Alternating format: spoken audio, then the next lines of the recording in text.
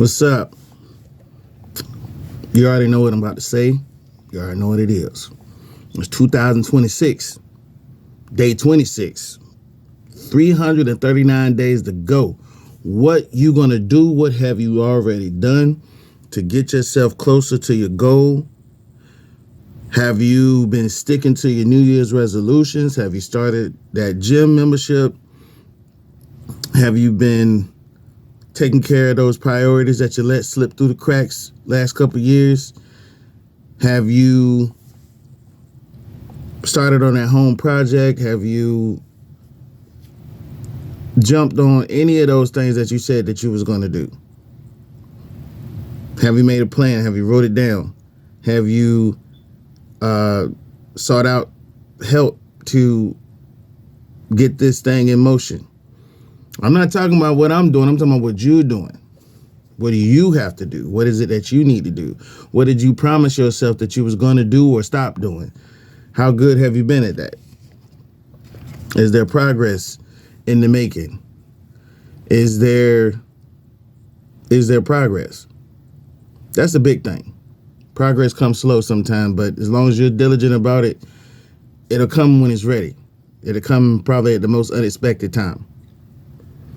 I know what time we living in, but it don't mean that you should stop what you're doing and just fall down and just give up. There's still things to be done. There's things that are expected of you to be taken care of. There are things that at this time maybe only you can do, because you can't expect nobody to come save you and bail you out of the situation. If you stop moving today, man, your life would be horrible. It'll be, I mean, unless you got a couple $100,000 at least in the bank to hold you over for the next year, depending on what your mortgage or rent is like. Excuse me. But I'm pretty sure there's some things that only you can do, only you was meant to do. And I'm gonna say, ladies and gentlemen, you can't waste time when it's time to get it done. Make it happen. Jump on that project today. Get it done. Get it started first. Then eventually you'll get it done. Don't wait. Don't procrastinate. One of the biggest things, I'm going to be repeating myself when I do these little segments, so, it is what it is. Make yourself a list. And just try to stick to it like a schedule, and the thing should become easier for you. I mean, I've done it. And it worked out perfect. It worked out great. I mean, I'm just sitting there like, boom, as soon as it's time, you just jump right on it. 1 to 10 or however many you got on the list is, hey, let's pop them off, get them off. And that'll start you on your journey to,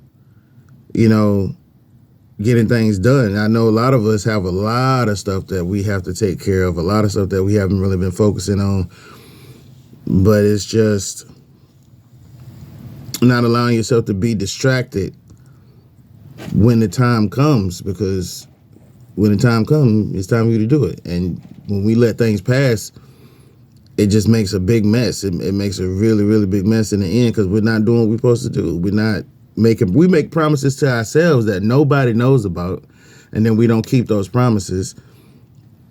And then some of us talk about it, man. I was supposed to have done this, but I got home and got lazy, man. I ain't feel like doing it. Don't tell people about your failures or your successes. Don't do that, because that gives them room to talk about you on both ends. Because for one, they could steal your ideas. Number two, they could talk down on you and talk about what kind of person you are. Then you could probably miss out on some opportunities, because that person might be like, oh, snap. Well, if they not on the ball like that, then why would I want to partner up with them? Somebody said a while ago, and this is not relevant, but somebody said that a person who would cheat on their spouse, they wouldn't want them as a business partner. That makes sense. Why would you want to, when you see what people are doing outside of the business, sometimes those habits can carry over into the business.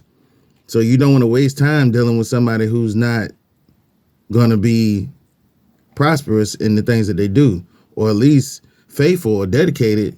If you cheat on your spouse, they'll figure that you cheat on them, meaning that you'll cut money and you'll make deals behind their back, or you'll do some crazy stuff like that. So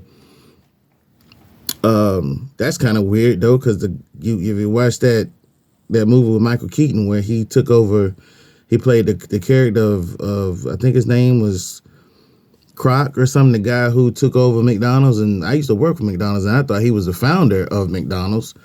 Come to find out, this man that took over the whole business from the brothers, and he really cut them out because he knew the business.